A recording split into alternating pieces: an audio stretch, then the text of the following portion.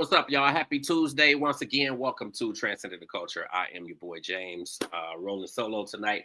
I want to thank you guys for tuning in. What time is it? It is 9:35. So I know y'all tripping on me because we usually ain't even on Tuesdays. And now we're a little bit later than what we planned on starting. But I think it's dope. I see you guys are trickling in. I see the numbers going up. Thank you guys for tuning in. Thank you for keeping up with us. Thank you for checking out these shows. This is episode 99. So episode 100 is tomorrow. We got Nefertiti Avani, who's going to be here on the platform tomorrow. So you guys want to make sure that you do tune in tomorrow at 7 p.m. Want to give a quick shout out to Cat Queen, who is normally here in the building with me, but she's got some amazing things going on.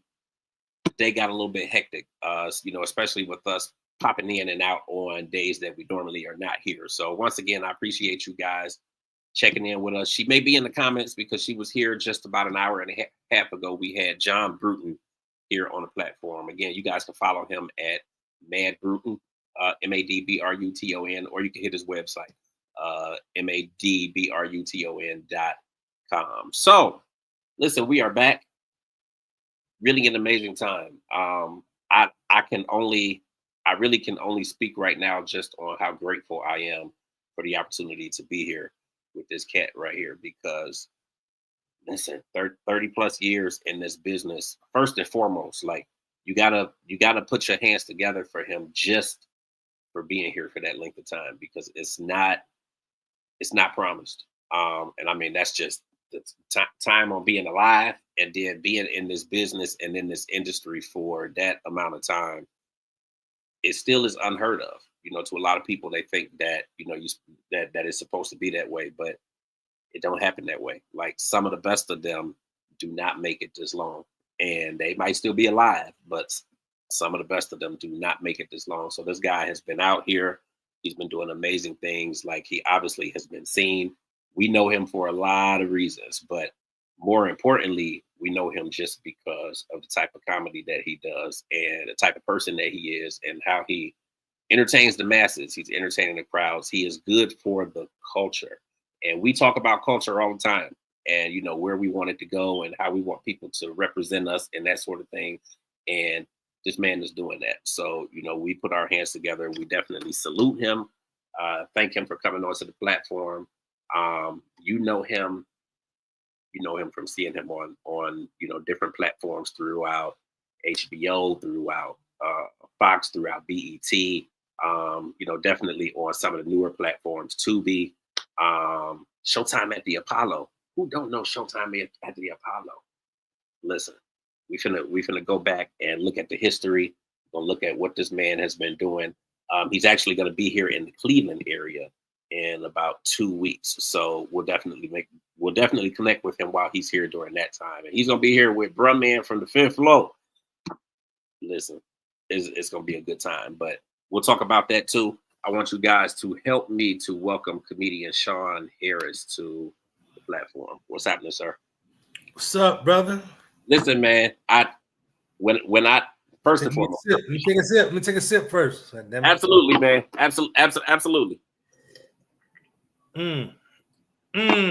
Man, when I say I appreciate you, to be doing this media thing just the same as you with your comedy, man. Like, this is passion for me. Like, I'm independent. Like, I've been doing this for 24 years now, like doing interviews and platforms and that sort of thing. But I'm independent. Like, I went to school, I got the degrees, I could go and work for a BET or whoever, but I choose to do my own thing and kind of call my own shots and create my own narrative. Gotcha. So to be able to have people like you come on this platform and on any platform that I'm doing, like, it speaks volumes and it says a lot, and I can't do nothing but really express how grateful I am for it, because you got a choice. Yeah. Whether people realize that or not, you have a choice, and you could easily say no. Like, especially with what was going on for you today. And when I text you and I said, I've been there. Like, my son is turning 19 on Monday. And I got a 15-year-old that I have full custody of. Okay. They go to school tomorrow. Yeah. So ain't it crazy how early schools start back for them now? bro. But see, in Texas, they go early, they get out early. Yeah, You know what I'm saying? So he gonna hit me with the paper today, talking about, oh, daddy, I forgot, we gotta get these supplies. that's how they do. That's how they do. Or that, hey, I Because forgot to tell he you, I don't got to really, he don't want the supplies. He don't want them. He Yeah, don't really want them. yeah. You know, at the last minute say, oh, I had to go to Walmart real quick. That's why I said, I need 30 more minutes. Then I got to cook him dinner. You know, so first of all, I'm gonna shout out all the single mothers out there that are raising children on their own without no help, Absolutely. financial help, whatever. Absolutely. Some of these women have 2 or 3 kids. They got to go to work, come home, cook dinner, check homework. And, you know, he was with his mom for the majority of his life. I get him on the weekend, so all we did was have fun. So I'm the fun dad. Yeah. Me being a custodial parent for almost 2 years now, I see the difference. Yeah. I'm going to work every day.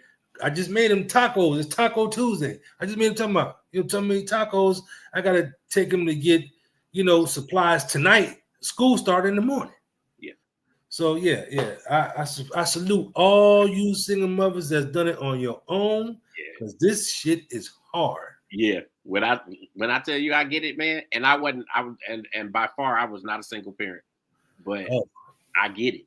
I absolutely get it, because I mean, just the same, I was like, I'll even say overly involved. So like doing the shopping, and I was at all the school events and the baseball games and the football games and like everything that went on, I made sure I was there. So when I say I get it, I get it. And you can't even, when they 19, you still can't even turn it off. Like I got a 32-year-old. I can't turn it off. You talking about today, talking about, Daddy, can you send me $25? I need some gas. When I tell you, my son, 32. I still got a day job, and I was at work today, and he popped up. I get off at 4. He popped up about 3:45 for some money. So I get it. And you knew exactly what time you was getting off. Yeah, and it's but I make sure that he know, and he knows too, that I would rather him just come to me and get it from me or whatever than to feel like he got to figure out a way to get it, and then he doing some crazy shit, trying to get some money or whatever. So I'm cool. He in college. Like, I can't ask for nothing else. And he driving a good car, and I keep them together. His mother keep them together. My mother keep them together. Like, we got that the village. So like once you have the village, then it really works out, and it's not as hard as it seems. Right. So no, but salute to you, man. When you said it, I'm like, listen, I know the school shopping. Go take care of that, and we could get on here at any time. He could have told me that shit last week. Yeah. You need paper and pencils, right? How many people? But he couldn't be who he is, though, if he told you and gave you some time. Last minute shit. You know what I'm talking about? No, it's cool, man. Here's the question: how does one like you, with a career with so much power, and with all the things that you have done over the years, and you obviously have kept yourself out there, you stayed in the limelight, like people know who you are. Like, how have you been able to balance that with kids? Because you say you got a 32-year-old, you got a 15-year-old, you got one now that's younger and going to school. How do you balance all of that with having a career like you do and staying out there? Well, I had to I made a lot of sacrifices through this 30 years. My oldest son was born. I tell you, the first time I ever stepped on stage was November 26, 1994. Okay. It was at the Uptown Comedy Club in Harlem. Okay. And I was a senior in high school at that time. So my oldest son was born November 25th, 1993. So the day after his birthday, he was 1 year old. I said, I'm going to New York. I lived in Connecticut. I was born and raised I was born in New York, raised in Connecticut. So after that, I was like, I'm go out there and go to the comedy club, have a good time. Never ever told a joke in my life, but I went there, and there was a comedy contest that night at the Uptown. It was hosted by Monteria Ivy, who has passed away. Yeah. And another comedian named Fig. Shout out to Fig. Fig, I know that's my boy. We on Facebook. They had a contest in the audience. They would say, "Is anybody up here want to tell a joke? Come on stage, tell it. If the crowd likes you, you stay. If they don't like you, you go." So I was in the audience with my homeboy named Flex Alexander. Yep. Who's married to Shanice. Uh-huh. He said, I bet you won't go up there and do that. Tell that joke. I was like, I bet you I will. I went up there and told the joke. I can't remember the joke, but whatever joke it worked, and the crowd liked me. Yeah. So I got to come back. Now, when they like you, they put you in a workshop so you can build your material. Gotcha.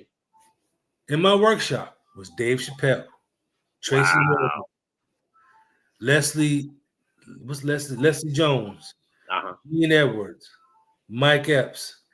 I can name so many. All legends right now. Like when you look at, if I could see Dave Chappelle in the space that he was in when he did like Half Baked and stuff like I'm talking about before Half Baked. Yeah, I mean, but I'm just saying like that's a classic period. Like that's a classic period. Yeah, we was all hustling. We was at the Boston Comedy Club in Manhattan on 4th Street. We was just hustling. But what it was is in the workshop, you would come to the workshop every Sunday and come up with an idea, right? So let's say, for instance, we're talking about this glass of wine, right? So I would give my perspective on this glass. Dave would give his. Tracy would give his. Leslie would give hers. We build a joke around it. You know what I'm saying? They don't have camaraderie like that no more with comedy. And I'm the last one of the Mohicans that haven't made it to that level yet. Yeah. But my time is coming. And I have a reason. When you hear my story, you'll understand. Listen, I like how you just said that last of the Mohicans. My head is always spinning. Right. We're gonna put you on the cover of the magazine, man. I'm dead serious. We do a digital magazine. Okay, cool. We gonna put you on the cover of this magazine. So we'll talk about that. I mean, especially since we're gonna connect with you when you're here in Cleveland in 2 weeks. We're gonna talk about that. Get the cover picture in Cleveland. Oh, listen, honestly, we can either do that or we can have it together and we can actually release it that weekend that you're here in the city. Okay, that'll work. I honestly, I would prefer to do that because then we could blow that up while you're here. Right. I think that you are of that caliber. Like you've been here. Mm-hmm. And the last of the Mohicans, like I love that you said that because it just really put that in my head. And I want to shout out my publicist Lynn too. You know, obviously Lynn got us together, but she just made a comment and she said that Black dads matter. Okay. That's right. Definitely. Okay. Cool. And actually, I'm gonna put the comments up on the screen so when they put something in, then it'll automatically pop up. How many people you got? How many people you got watching? I can't see. It is look like it's 16 on YouTube right now. We got some in Facebook. We got some on Instagram. So they popping in slowly. Well, they going in and out. Right. I got you. But yeah, it's really cool, man. Like you come from that era of, you know, there obviously was Def Comedy Jam. It was BET Comic View. Yeah. Obviously, you were so much more free to kind of do what you wanted to do and say what you wanted to say in that era. Whereas now, it's like people scared and people sensitive. Like, what are your thoughts just in terms of how the comedy industry has changed over the last 30 years? Like, it's changed drastically since 1994.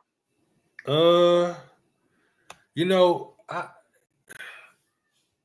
I'm old school, but I understand the new school.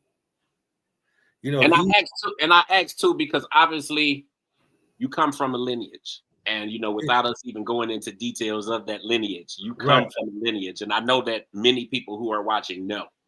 So, like, obviously, in that time, there was a lot more that could be said. That if you say some of that shit today, man, they had you up under the dirt. They had you up under the dirt. Yeah, I mean, I ain't gonna say the words, but I mean, yeah. I mean, but people know because trust and believe. People are still watching. People are still watching all that stuff today.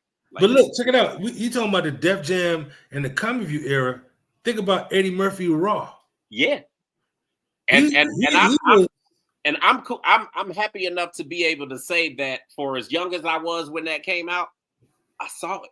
Like I was watching that stuff too. Eddie Like Murphy, I even Richard remember Pryor, they the talked about VCR, and my mother set the VCR to record it for me. So right, like I was watching that stuff back then, even as young as I was when it came out. right. So, I mean, I don't really have an issue with the new comedians or the new people because they're doing it their way. You Yeah. know, they didn't have to do what we did. We had to. I never forget. I was auditioning for the Laugh Factory in Los Angeles, and we had to stand in line. We had to be in line at 6 a.m, and it'd be 200 comedians out there trying to get 5 minutes. No, actually 3 minutes to perform for the owners. You go at 6 o'clock in the morning. You go on stage at 6 o'clock at night to get 2 minutes on stage. Yeah. I've been through that. I've done that. And you know, if you make them laugh, you cool. If you're not, then I done did all that. I didn't have to go. These comedians today don't have to go through all that struggle that we went through. You know, it's the internet, the social media, it hands it right to them. You know, so now you doing a video that gets 10 million views, but can you tell a joke on stage? Right. Can you tell it? Can you hold that audience? You know what I'm talking about?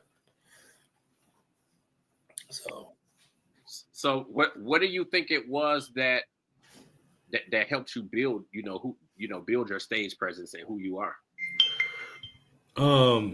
Man, just perseverance. Just keep going. Like I used to get on stage I used to drive around for 15 minutes to get $50, you know. I give you perfect. Corey Holcomb is one of he's in my top 10 favorite comedians. And Corey used to have a room in Lancaster, California, which was about 50 minutes from Los Angeles, where I lived at. $50.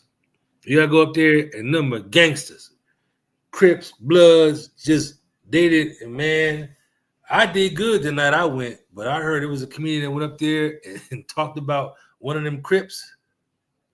He had to sneak out the back door to get home. You know what I'm saying? And I'm laughing because I know you right, man. They're serious, bro. They're serious. Now, when you think of, obviously all the comedians that you have, had the blessing of working with throughout this past, 30 plus years, who do you feel like really helped you sharpen, who you were and your tone and, as a comedian? Out of comedians I work with, the number one would be Rodney Perry.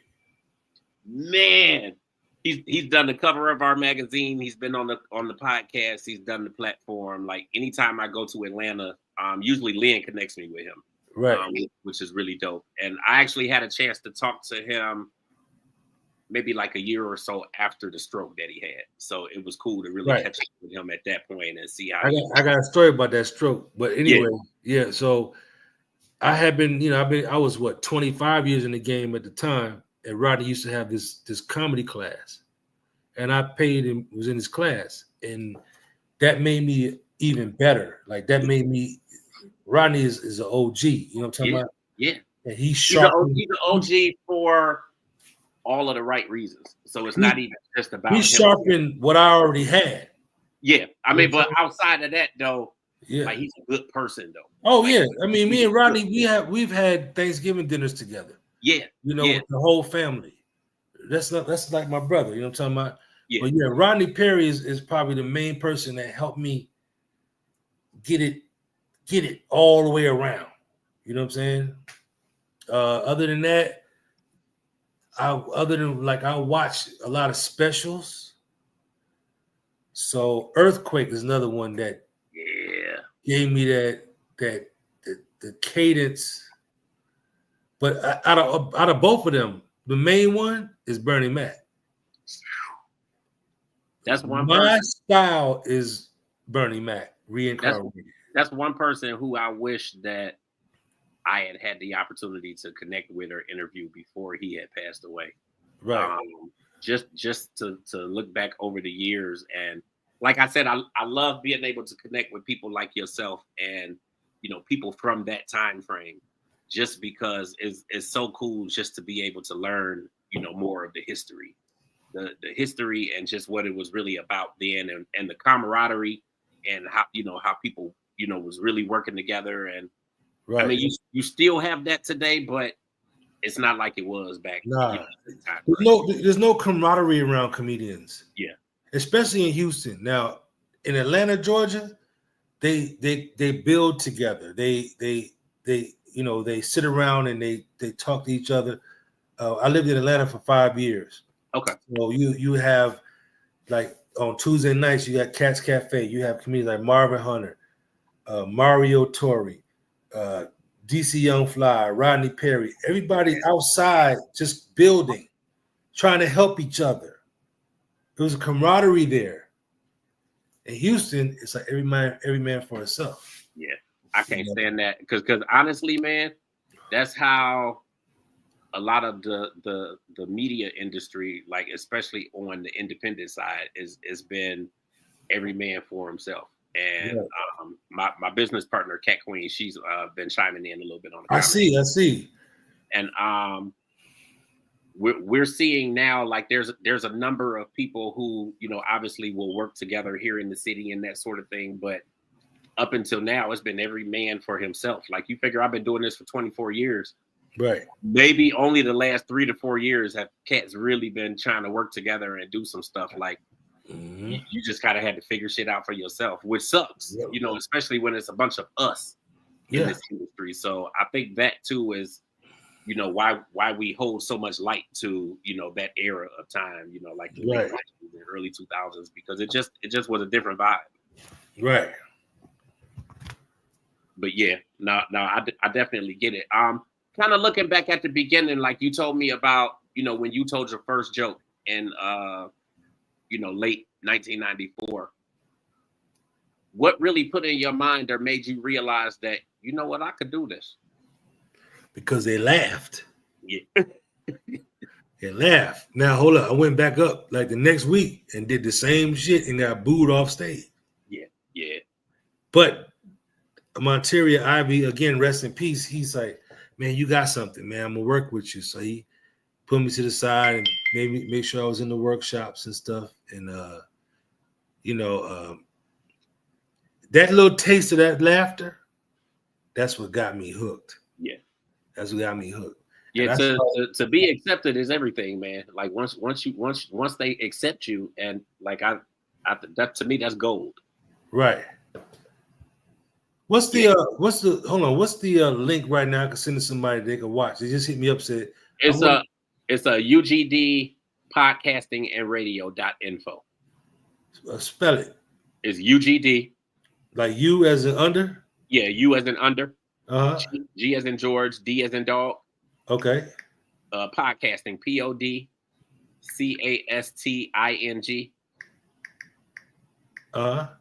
And AND radio. AND? Yep. AND radio. RADIO.info. .info. So UGD podcasting and radio.info. Okay, hold on. Yeah, they can watch us live right there.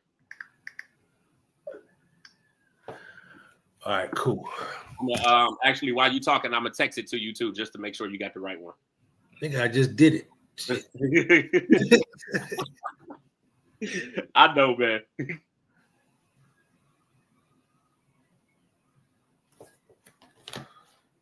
Okay, you good?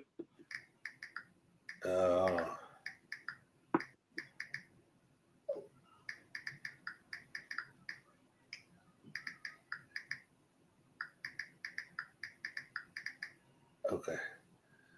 Let's see what you sent me. Yeah, I just sent it to you right now.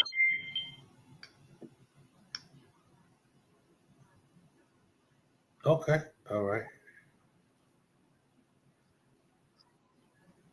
All right. So what's going on? Okay. What's up? All right. So now, looking at all the different platforms and whatnot that you've done, obviously the Showtime at the Apollos, the Comic Views. Like, how do you think appearing on these platforms, really helped you again to continue to build?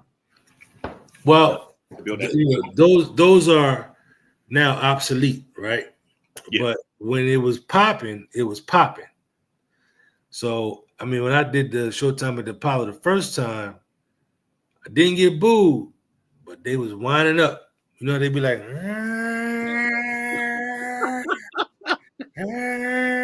I was like, all right, thank you, good night. I got off before I got booed. Right. It was coming. And them niggas over there, as soon as you walk on stage, if you don't look right, they start Yeah, booing. yeah. I walked out there with a mustard yellow suit. I was trying to be like Miami Vice. So I had a blazer and some pants, and it was baggy. And as soon as I hit the stage, I heard them. It was winding up. Yeah. Thank you. Good night. But Right. it gave me time to go like build my craft. Like, you know, maybe like 8 or maybe about a year later, I did it again. Yeah. And I killed it. Because I knew I walked out there with some shit, some New York shit, right? New York clothes, the shit that they wear. And I just hit them. And when I did that, that's what made me go to Los Angeles. Because I said, if I can survive the Apollo, I can survive anywhere. Absolutely. And it says a lot about you and your character and just who you are as a person that, you know, to experience that type of thing and to walk away and just make it better and come back and do it again. Like, I mean, imagine all the people who got booed or they got to that point and then they just didn't come back no more. And, you know, Lauryn Lauren Hill got booed on there. I was just getting ready to say it's been proven that some of the people that get booed, they become superstars later. Superstars, bro. I mean, that's one of your biggest ones right there. 13 years old, she got booed and turned around and took over. Took over. So yeah, I didn't let it stop me because I actually didn't get booed, but they, like I said, they was about to. You said it was coming though. It was coming. If I would have got the full boo, I don't know if I would have did it. No, I think I might have quit.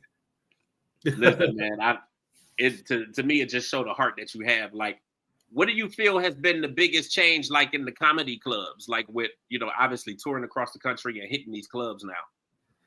The biggest change is the money that they're paying. Okay. So when I was, you know, when I was in the mainstream, when I was doing really well, about 2007 to 2010, you know, I would do a weekend at, say, the Improv. You do 7 shows. You do 2 shows Friday, 2 shows Saturday, and maybe 3 shows Sunday, or no, 2 shows Friday, 3 shows Saturday, and 2 shows, whatever. They was paying like $3,000, right? Imagine doing that 3 weekends a month. That's $9,000 a month, right? Doing something you love to do. So that's, back then it was different. Now these brothers doing weekends walking away with $80,000. Right. You know, I'm like, God damn, they're walking away with at least 50. Yeah. You know, and but I think the cool thing too, man, and not even just speaking on the comedy clubs, but, you know, running your career and, you know, today versus some years ago is so many more ways now that you can monetize this and really make some money out of it, you know, right. Especially when you're going across the country and hitting these comedy clubs like the Funny Bone and that sort of thing. Right. Like, some comics are literally coming in the city and they're getting paid, you know, obviously their fee for doing the show, but then they making all kinds of money on the side and merchandise. Yeah, merchandising. Yeah. And it's so many that do so well with it. Marlon Wayans was here a couple weeks ago, and we were down at the club with him at the Funny Bone, and just to see how he and his team were doing it, and so many others. Like Samore was here a couple months ago. And, Marlon's here this weekend in Houston. Okay. I've worked with both of them, Marlon and Samore, so I know how they get down. Yeah, the difference with them is they're so big. Like, you know, I don't know if Marlon or Samore does it, but they don't really. No, let me take that back. I don't know how they sell their merchandise, but when I get done with my last show, if I'm headlining or whatever, I'm out there in the vestibule selling my shit hand to hand. It's funny you mentioned that because Cat Queen and I, my business partner, we've been trying to figure out kind of the algorithm or the rhyme or reason, if you will, just in terms of the comedians that actually come out and be at their merchandising table and actually meet and greet with the fans versus the Some ones do, some don't. stay inside. Some do, some don't. And we haven't really been able to figure it out. But I do. I would say that a majority of the comics who are here in the city do come out. And I think it's a good thing. And I'll be honest with you. We've kind of used it as an opportunity really of connecting with a lot of the comics. Absolutely. So that's why we're there so much, because we know that a lot of them will come out and, you know, actually be at the table, and we can buy the merchandise, talk, exchange information, and bring them on the platforms and whatnot. And that's really our whole key of being down there, is to support us, you know, when we're hitting these clubs and whatnot, to support our people when they're hitting these clubs. So I think it's amazing, man. I love the fact that you are back out here and obviously touring and going across the country so that people can definitely see you and, you know, see you doing it. You talked a little bit about mainstream. You know, obviously you got very mainstream, and you were doing movies and that sort of thing. What kind of took you away from all of that? I had to take a break to take care of my mother. Okay, I got you. My mother, she had Alzheimer's. Oh wow! You know, and a lot of black people, we don't talk about Alzheimer's, but that's some real shit. When I say it hits my family heavy. On my father's side, pretty much. My grandmother was one of 11, and all the time. Okay, my grandmother was one of 11, and all of her siblings have died. Like they have had Alzheimer's really bad, including her. There's one of the 11 who's left, and she's got it really bad now. So I mean, it's, you know, definitely hits that side of the family. And then my father is kind of showing signs of kind of like early stage dementia and that sort of thing. So it definitely. My mother had 11 siblings like you, so there's only one left, which is my uncle Will. He's the youngest. Yeah. And he lives in San Antonio. But just imagine when I was talking about getting that, you know, $3,000 a weekend, 3 weekends a month, maybe 2 weekends a month. You might get $6,000, you might get $3,000. I mean, you might get $6,000 a month, you might get $9,000 a month, right? Imagine going from that every weekend for 2 or 3 years to all of a sudden you got to stop and take care of your mama. Because you're the only child. I'm the only child. I don't have no siblings. Yeah. So I tell anybody, it's in my book. My book is done. And I'm doing a 1-hour comedy special for Tubi actually tomorrow. Okay. I never really talked about this on a public platform, but imagine getting that kind of money, and then all of a sudden you're the only child, and my father passed. The story goes, you know, I was born a male. I've been a male all my life. I've had a dick all my life, right? But I became a man August 8th, 2011. That's the day my father passed. Wow. Okay. I'm sorry, man. I've been a male my whole life, but I became a man that day. Because I got to take care of my mama now. Right. All that extra shit with the comedy, the money, the women, whatever, all that shit stopped. It's like it don't matter no more. It don't matter no more. Because now and when I say I get it, I get it. But now, look, my mother, that's not my biological mother. Yeah. I never met my biological mother in my life, but this is the only mother I've ever had. That's your mother. It's the same. It's the same thing with my ex-wife, with my son's mother. Her father was not her biological father. I mean, at the end of the day, like he wasn't. Right. But he was her father though. He took care of her, and he was the best father she could have ever had. Until the day he passed away, he was the best father that she could have ever had. So I get it. Right. So I was all she had, you know, and my father, he set it up to where I could take care of her. But now imagine going from that $9,000 a month to having to go to work at Kroger. I know it'll do something to your head if you're not strong enough to, you know, it'll do something to you. I became a produce manager. I was fucking with mustard greens and collard greens and turnip greens. I was so sick of this shit, I didn't know what to do. I'm supposed to be on stage. But when I tell you, imagine what your kids think of you because of what you've done, what you've sacrificed, what you've done to make sure that they were good. And I'm quite sure that they got some strong feeling. They don't get it yet. They don't get it yet. I bet you they do. They won't get it until I'm gone. Yeah, I bet you they do in their own way. My oldest son, Shawn Jr. Mike, because he's 31, he get it now because I have a granddaughter and he going through it with her. Yeah. So now I was like, see, didn't I tell you? Didn't I tell you? Right? He probably get it, but this one here, this 15-year-old, he don't. This here, he don't get it. Yeah, he don't get it. I mean, but you figure 2011 when your dad passed, he was a newborn. He was a baby. Yeah, right. He was born in 2009. So he might not get it, but that 31-year-old, right, somewhere deep down inside, he get it. Whether he tell you or not, he get it. Okay, yeah, he definitely get it, and it says a lot about you that you can step away. And I mean, you know, the average person is gonna say, "Well, you ain't had no choice." It's a choice in everything. True. Some people will make the opposite choice to keep the money coming in and all that. Let me tell you what he did. So this is a quick synopsis, real quick. I'm not gonna go too deep into it. No, you good, man. I ain't got nothing but time, so you good. On his deathbed, when they was getting ready to take him off the breathing machine, he had. I'm gonna give you the whole story because it's in my book. But he had these mittens on his hands, so he couldn't keep him from cutting himself. Right. So they was taking him off the machine. And he took the mittens off, and he could move his hands. Yeah.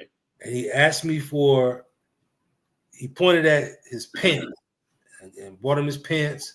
He thinking he was about to put his pants on and go home. Yeah. He gave me his wallet.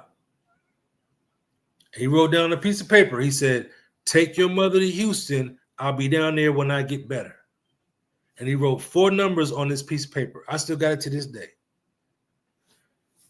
So long story short, I'm not going to go into it, but he passed away. Yeah. And something told me, now I got my mother now. It's just me and my mother. Like, what the fuck am I going to do? Like, what am I going to do? What am I going to do with this woman? I don't know how to take care of no girl. I got boys. Right. But she couldn't stay by herself because she had dementia. Yeah. I take her with me. Something told me one day before I left Connecticut, he gave me his wallet. Put that debit card in the motherfucking bank. See what's in there. Them 4 numbers was his PIN number.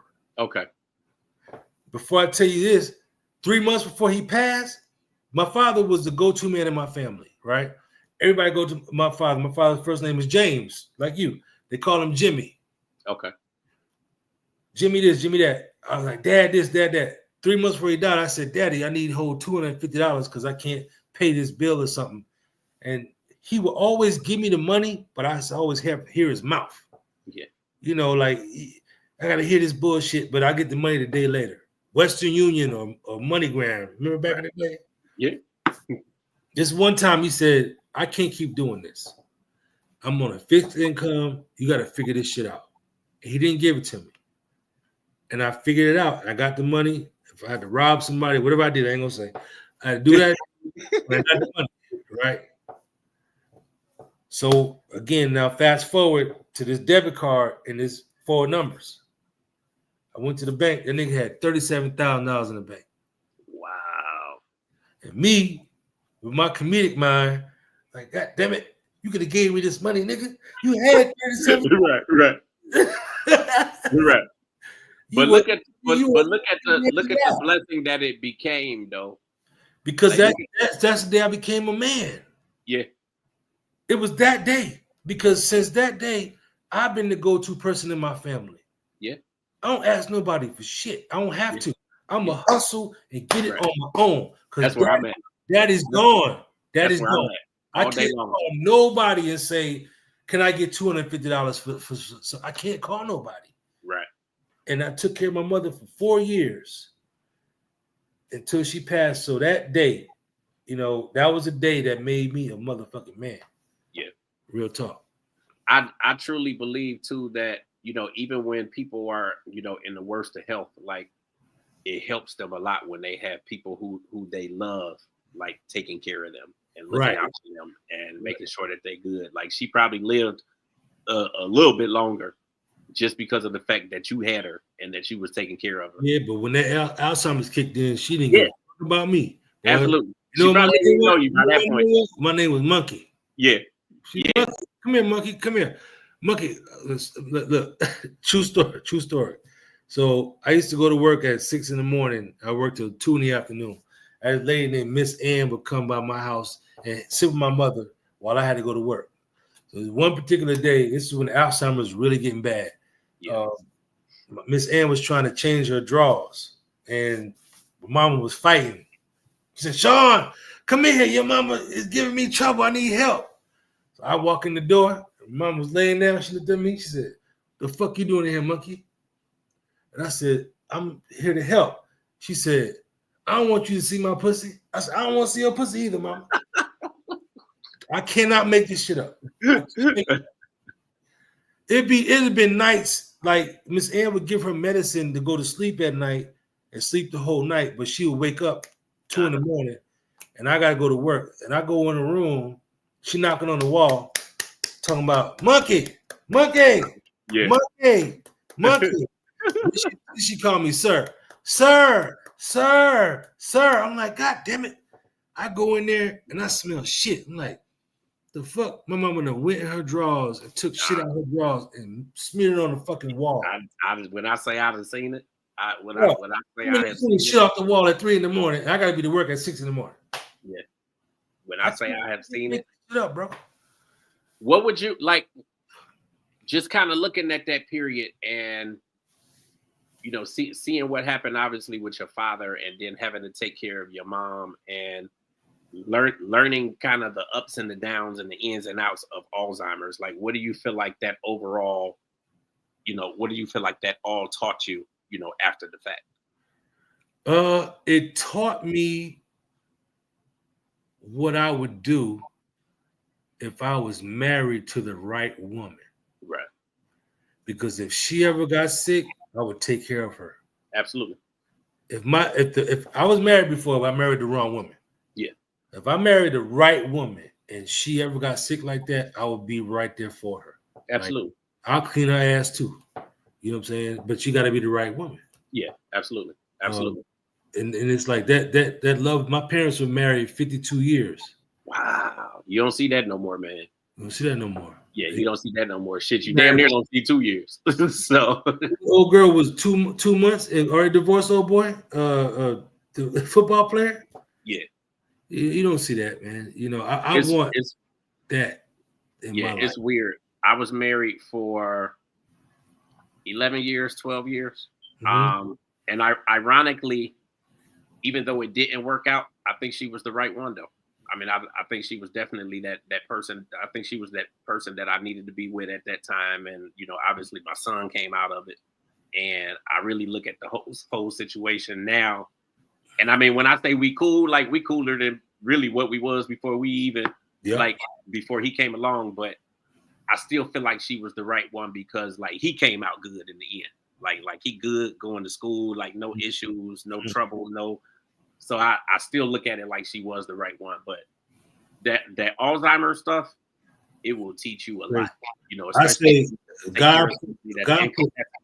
I say God put me and her together to make my son. This is when I got here. Yeah. And it's like, she's not a bad person. She's just not the person for me. Yeah. Absolutely.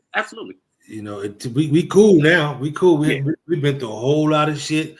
Yeah. Police, go jail time, all kind of shit. Yeah. But now she's in a better place to where I have custody of him. So now it's a little bit different. You know what I'm saying? But No, I think that's good, man. That's you definitely have a story that is book worthy. So like I'm happy to know that you got this book coming out. Trust Issues, man. It's gonna be on Amazon. It's going to print now. Okay. But this special I'm doing tomorrow is called Trust Issues. Okay. I got an hour. It's going on I can't tell you the platform yet, but it's going on the platform. And you're gonna cry, you're gonna laugh. You're gonna go through everything that I went through. I've never ever told that story about my mother, and I ain't go too deep into it yet. Yeah. Never told that on stage, but I will tell it tomorrow. As a matter of fact, we're gonna be at the Hive Theater tomorrow, Houston, Texas, 7:30 tomorrow night. Okay. It's going down. No, I'm looking forward to seeing that special, man. It's something about comics today. I feel like in a lot of ways, I feel like we're kind of going back to kind of what it used to be some years ago. And obviously comics like yourself. I see Brumman out here like heavy, like hitting these clubs and whatnot. Yeah. You got Ali Sadiq. I was just talking to my last guest about Ali Sadiq, and I feel like he's like mad, like slept on, and like I think he does an amazing show. Me and Ali go way back. We go way back. I love storytelling. So now, it's like to hear people actually get on stage. And I went to a comedy show last night, and the dude was like a good storyteller. So it's like when you could really get into their mind and know what they talking, like it goes a long way, man. So he's the OG of storytelling since Bill Cosby. Yeah, man. And I know Ali for years. We've had our differences over the years, but I respect him as a comedian, and his shit is funny to me. Yeah, absolutely. It's funny to me. And again, the story that I'm going to tell on this special is Allah Ali Sadiq. When I sit down and tell this story about the sacrifice I made for my mother and father. So shout out to Ali, man. Shout out Ali, you know where I'm at, boy. You know how to holler at me. Shit. No, man, I think this has been really, really dope, man. What's the one thing that you want people to know, as you're really getting back out here, heavy on the scene? That I'm a good person. I listen, I know that already from the conversation tonight. Like I get that. I'll do anything for you, especially if like, for instance, I go through like relationships, right? So if I'm in a relationship with you as a woman and I got your back 100%, you got to turn around and see if I'm there. I got your back until you cross me. Once you cross me, I got to look at you sideways. But I'm here to help people. So all of the younger comedians that might need a little guidance or advice, I have a lot of comedians that come to me, OG this, OG that, and I respect that.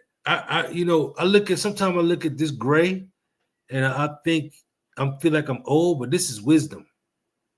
I'll dye this shit black sometimes to feel like I'm younger. I don't even do it.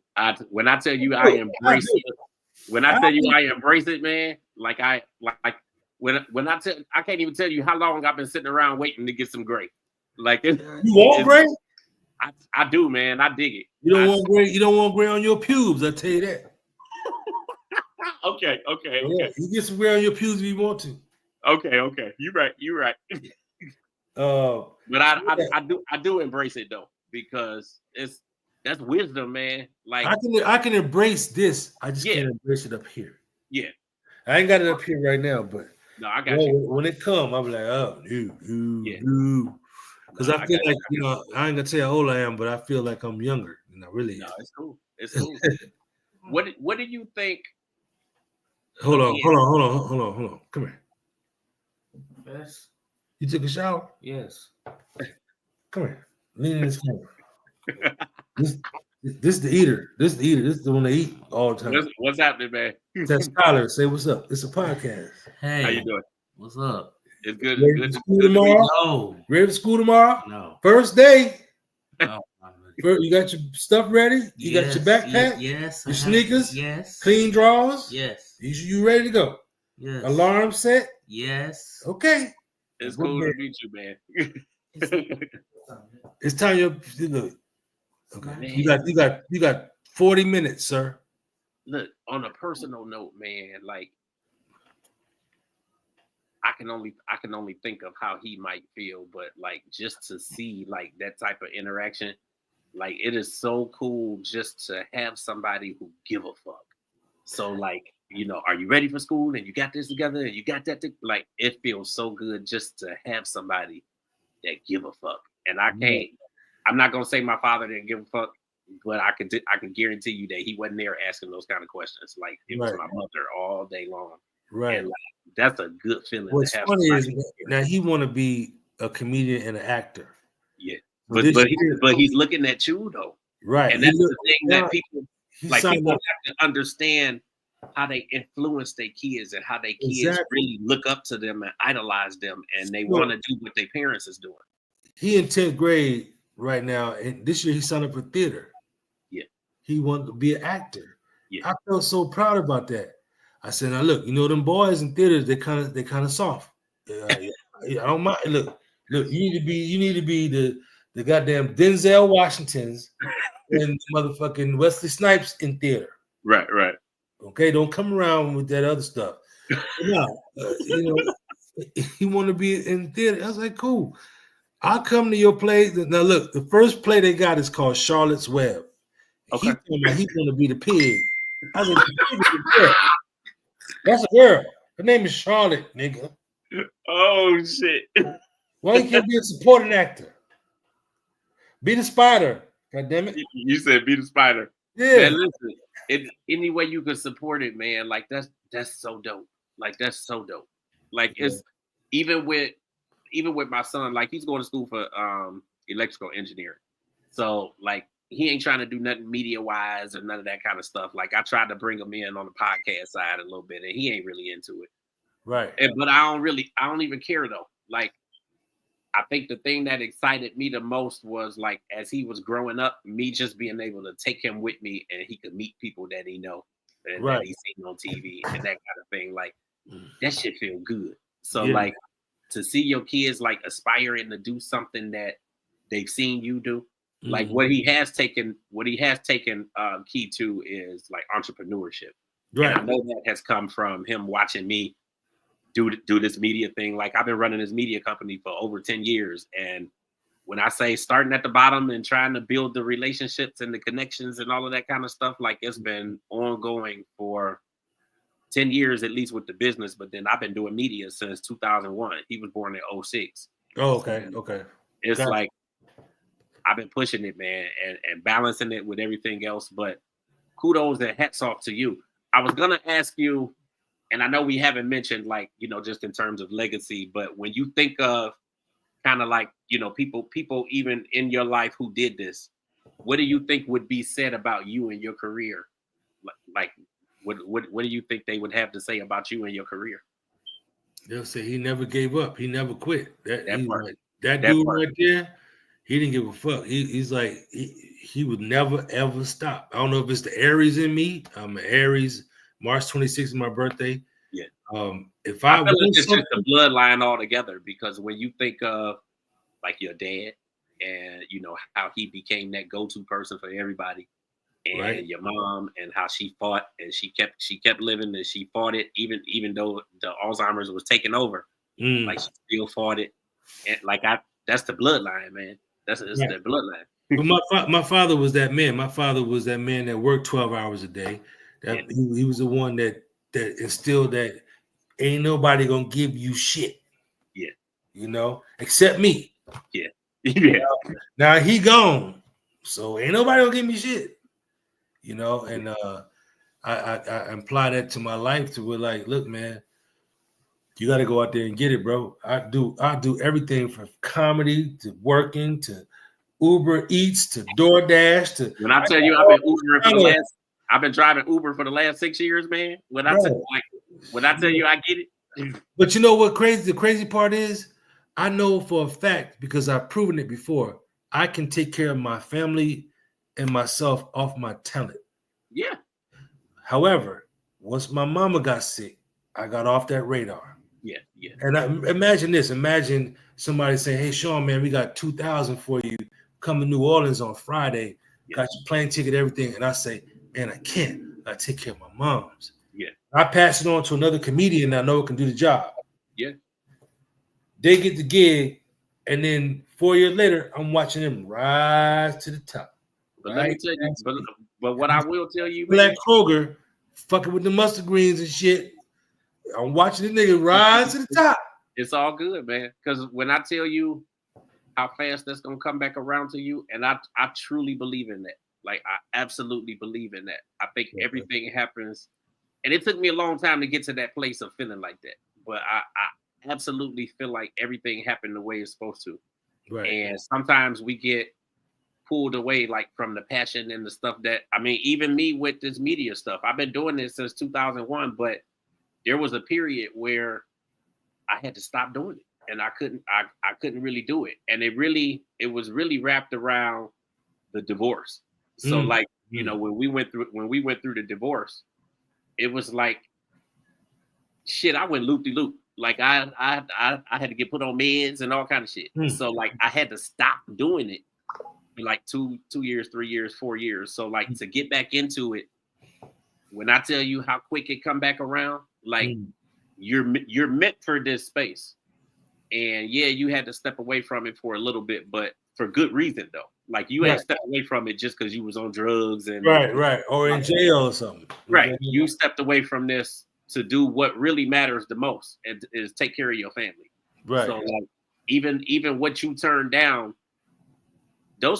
some of those people, if not all of them, some of those people are gonna see and they're gonna look out for you because you did the right thing by your people. Right. And to me, that's all that matters. Like to me, that's all that matters, man. Like it's good to see you out here.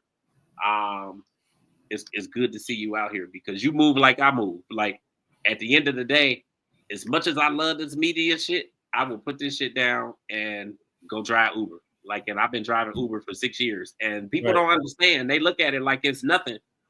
Uber done paid my house, light, gas, water, phone, car note, car insurance, like everything. For the when I was in Atlanta, when I was at Kroger and I was doing Uber and Lyft on the side, I was making almost $800 a week off Uber.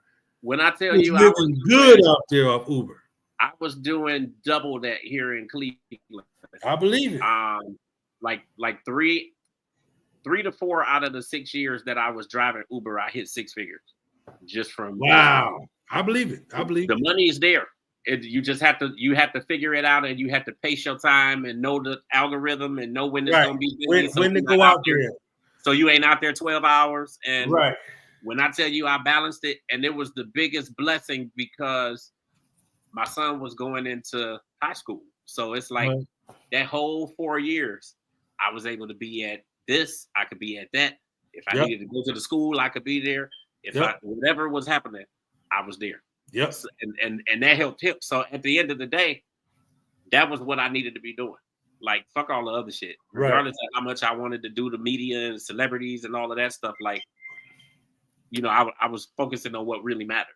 So now that, you know, he's grown and he's in school, now I got the time to, okay, I could do what I, you know, kind of what I want to do. I mean, Uber got me out of working a 9 to 5.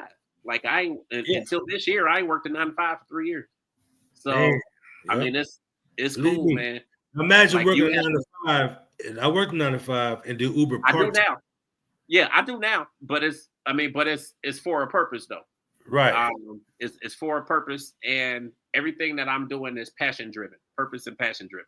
Gotcha. So like I ain't doing nothing that like outside of that, I ain't doing it. Like it's about this media thing, and then obviously making some money to make sure these lights is on and everything else. Yes, sir. But, I get it, man. I appreciate you just for the legacy, just for the things that you have done, just for the life that you have lived. It's gonna be really, really good to connect with you when you get here. Hey, y'all got some grilled oysters out there somewhere? I bet you they do. I will find them for you. So when I get there Friday, I'm going from the airport straight to the club. I will absolutely. Saturday afternoon, I got all afternoon to hang out. I ain't got shit to do. So me and bro, man, from the fifth. They can't queen in the comments, so we ain't got shit else to do. We hanging out with you, man. All right, bet. And we're gonna go find them. We're gonna go find them grilled oysters for you. Okay, cool. Final words, man. What's the one thing that you want people to get out of the conversations that you're having with people now? Just that I'm a really good person. I ain't no asshole, man. I'm the coolest dude you could ever meet. You know, I'm here. I'm a father, a grandfather. I'm Mr. Average. I still work a 9 to 5. You know, Mr. Cool average person. I'm single, but you know, I don't know. After being in so many bad relationships, I don't know if the real relationship works for me. Yeah, companionship works for me. I'm with that. But I'm just like companion. I don't want no puppy. I don't want no goddamn dog. Yeah. I want no motherfucking dog. But I got a female that I can hang out with. You know, we go out to eat and take trips and have a good time. But you can't live with me. You can live across the street. You can live around. Right. You can't live. I'm in the same spot because of where I am with not just with media, but I think with me trying to build this company, like I'm all over the place. And like at the drop of the dime, like I gotta go. I ain't answering no questions. And people, I ain't answering no questions. Like I ain't trying to explain shit. Like I gotta go. Yep. And most people, most will not understand it. Nope, they won't. Most will not understand it. I can understand that now and just say that I don't need to be in that space right now. So maybe later, but right now I'm good. Like right now it's all about this business and really building this and taking it to the level that I've always wanted it to be, because kind of in the same sense of you, like rebuilding, like when I finally got back into the media space, it's like rebuilding and it's like starting all the way over. Right. And, you know, media and managers and publicists, like that shit changed like toilet paper. So it's like 3 months away, 6 months away, don't nobody know you no more. Right. And then it's like starting all the way over. Over again, man. It could be somebody that I've interviewed 2 or 3 times that now I can't get to him because I don't know the new manager or I don't know the new club. Same thing with the comedy club. Thing with the comedy club. And then media has such a bad name because you got so many people who are in this space, but they not really journalists or they not really. And I mean, it's, you know, whoever want to do it could do it, but everybody don't take it as serious. Right. So you got people out there trying to twist the headlines and they trying to get the tea and all of that. I'm like, this, like we all about safe space. Like we ain't trying to do none of that shit. Like we just want to be real out there and really touch on the shit that's really affecting us and affecting our communities and helping us and that sort of thing. And like this conversation that we've had, people could take a lot away from this, like learning about Alzheimer's, learning, taking care of family. Like that's the kind of shit that's hitting us, like especially at this age. Yeah, like, we ain't young, man. I just turned 48 last week, so it's like I got some years on you. I ain't gonna tell you, I'm 50 something. Yeah, I can tell you, I'm 50 something. But it's funny because it's like I'm single. But I know exactly who I want, right? Until I can get that person on the same page with me. Yeah, companionship. We can hang out. We can go to the movies. We can kick it. I say I'm single. I ain't say I'm celibate. But right. But you cannot live with me. I have my child here. He's not going to understand that. It's me and my son. Mine ain't even here. He live on campus, and can't nobody come live here. I mean, you can spend a night. You good for the weekend. That's fine. But at some point, but Monday you got to go. You got to roll. Go to your space. At some point, you got to get out. Right, you can't shit around them people like that. I want to shit in peace. I want to shit in peace. God damn it. When I say I get it, man, I can't wait till you get here. August 29th. Absolutely. August 29th, 2 shows Friday, 2 shows Saturday, the 30th, and then there's no show Sunday, but we got 2 Friday, 2 Saturday. So 29th and 30th of August, me and bruh man from the 5th floor is coming. Absolutely, man. Social media, where can people get you? At Comedian Shawn Harris is spelled SHAWNHARRIS. At Comedian Shawn Harris on Instagram. My TikTok is just Shawn Harris, and my Facebook is All-Star Comedian Shawn Harris. All right. Once again, man, thank you. I appreciate you. We're gonna find them grilled oysters. We're gonna be Saturday afternoon. Gotta be in the afternoon. Listen, I got you, and we'll be at the show, or we'll be at the Friday show.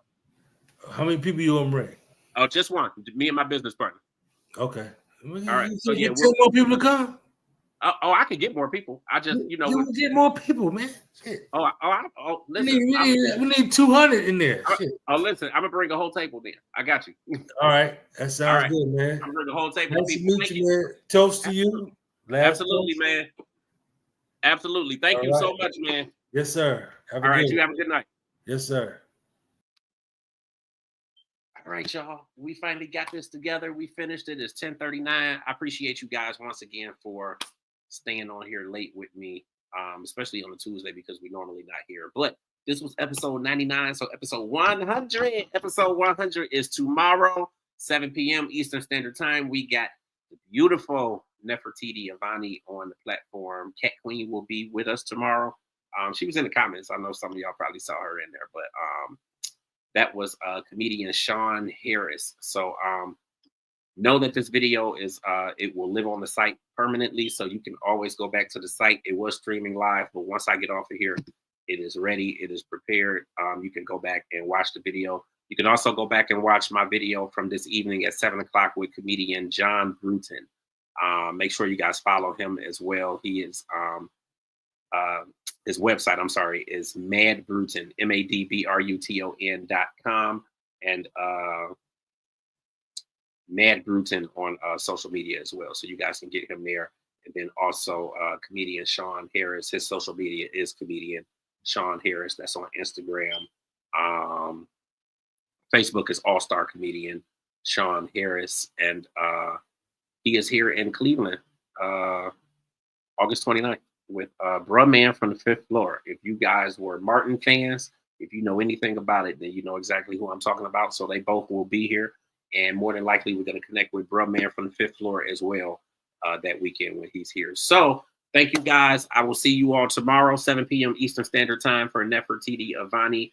Once again, I appreciate you guys. Make sure you follow me on Instagram or across all social media. I'm sorry, at I am James Grant. You can also follow the network at UGD Podcast Radio. And then make sure that you get on YouTube and subscribe to the channel so that you can get all the notifications when we go live, when we post new material, and just so you be in the know. So I appreciate you guys once again. Everybody have an amazing night, and we will see you tomorrow. Peace.